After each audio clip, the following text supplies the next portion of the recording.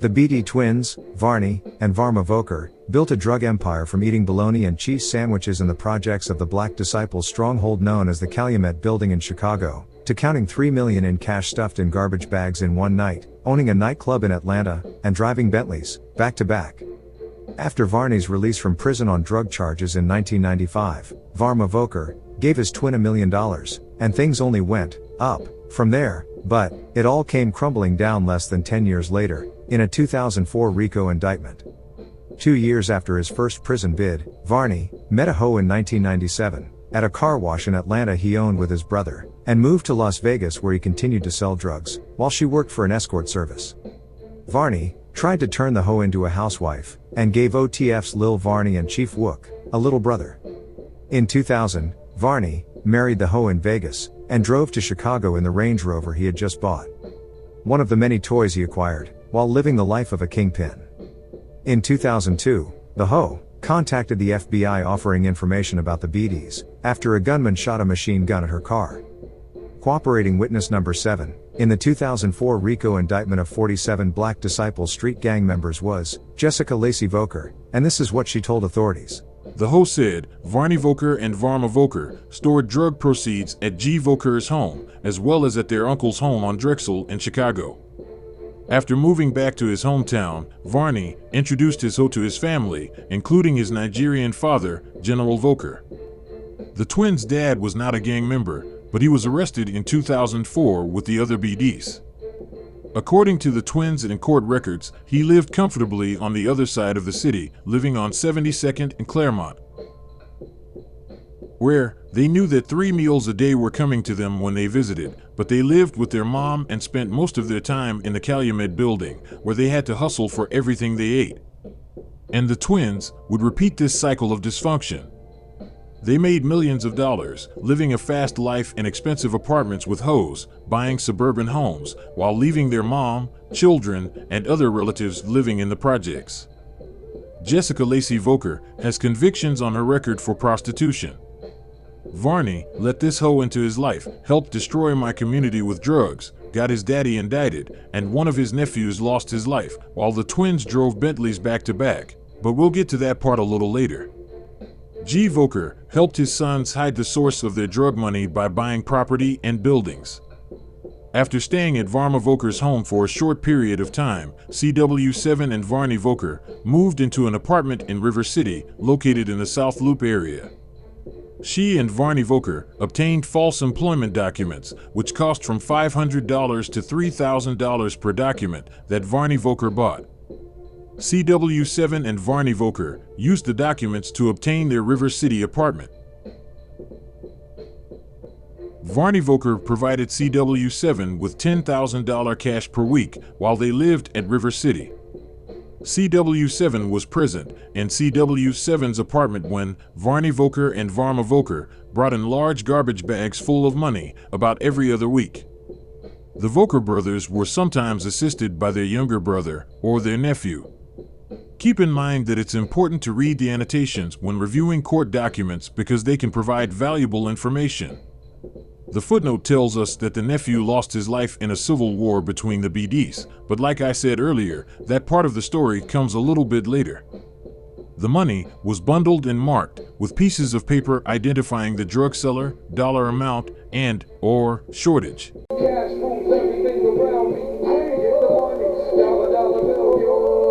In about late 2000, CW7 was with Varney Voker and Varma Voker when they met with Jihan. Varney Voker told CW7 that Jihan was the head BD member for the Calumet Building, and that Varney and Varma Voker had to pay Jihan $80,000 a month to sell heroin in the Calumet Building. Varney Voker said Stewart, a BD member, typically made the money pickups for Jihan. Varney Voker told CW7 that Jihan collected money on behalf of Thompson, who Varney Voker referred to as the man. While CW7 lived with Varney Voker in Las Vegas, Thompson occasionally called him on the telephone. Varney Voker feared Thompson, but they developed a relationship because Varney Voker made so much money for Thompson.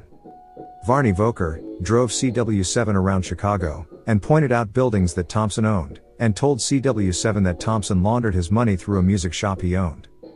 Varney Voker also told CW7 that Thompson sold marijuana out of the music shop.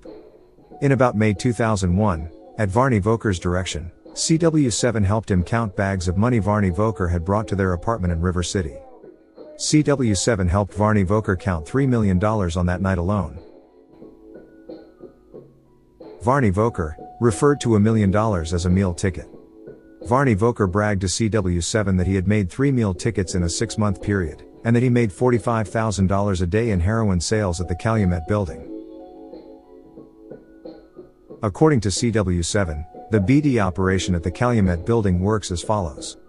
Sentries are posted at the north and south entrances of the Calumet Building, as well as 2 other lookouts at the grocery store across the street. The sentries use walkie-talkies that were provided by Varney Voker to communicate. The sentries alert the drug sellers of police presence. The sellers sold heroin on the 1st and 3rd floors of the building. Evans, a BD board member, was in charge of handing out work assignments for the building. Evans determined who worked security, who sold drugs, and when. Evans also handed out violations.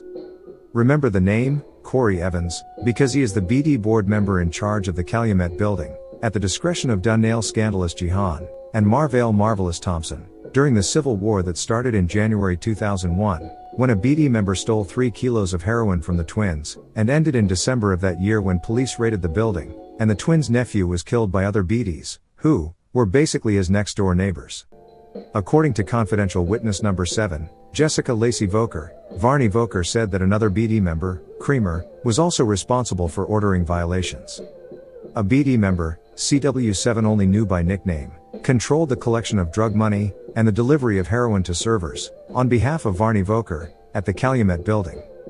In about January 2001, CW7 traveled with Varney Voker to the Calumet Building. Prior to their arrival, Varney Voker called his BD collector at the building, and told him they were on their way.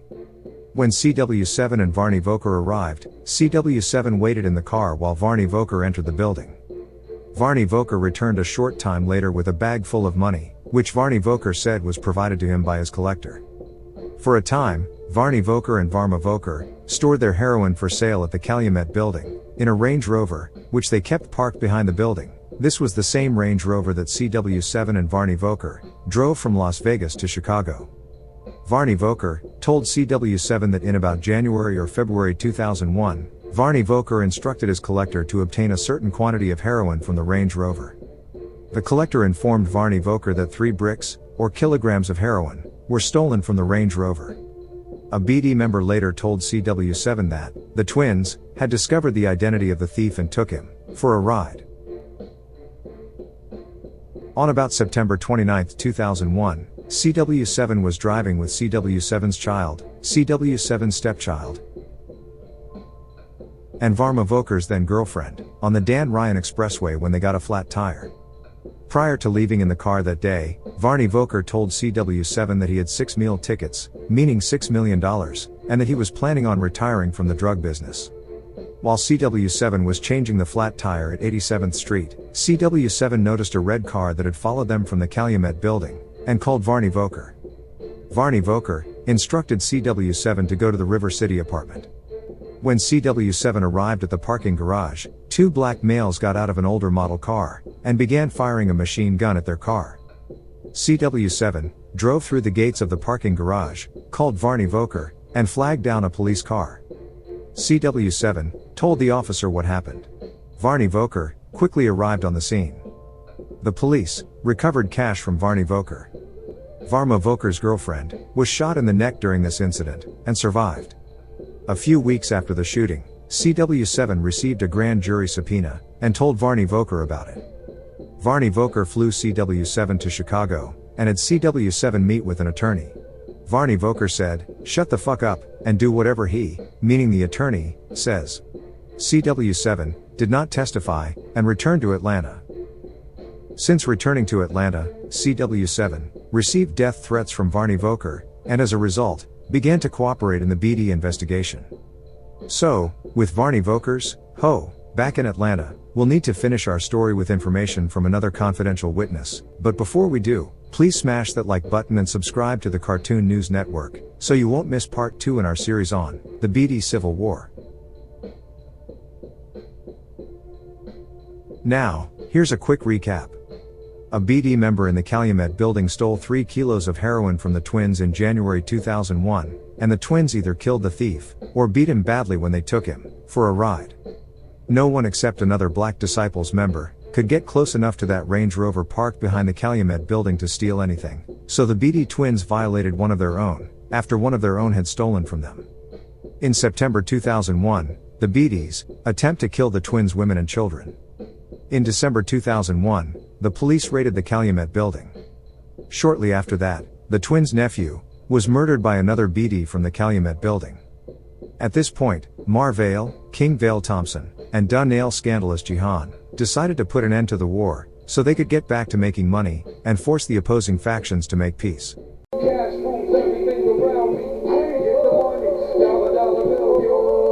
From about 1998 to 2002, CW19 sold 2¼ to 4½ ounces of cocaine to McAfee. CW19 cooked the powder cocaine into crack for him. In early 2002, following the police raid at the Calumet Building, Varney Voker or Varma Voker paid CW19 $20,000 for a kilogram of powder cocaine, and said that they were giving the kilogram to McAfee, because he had just been appointed board member of the Calumet Building, and they wanted to help him make some money. In early 2002, Moten, a high-ranking BD who worked with the twins, and Varney Voker, paid CW19 $20,000 for a kilogram of cocaine for Evans, following the raid of the Calumet Building in late 2001. Evans lost his position because of the murder of a BD member.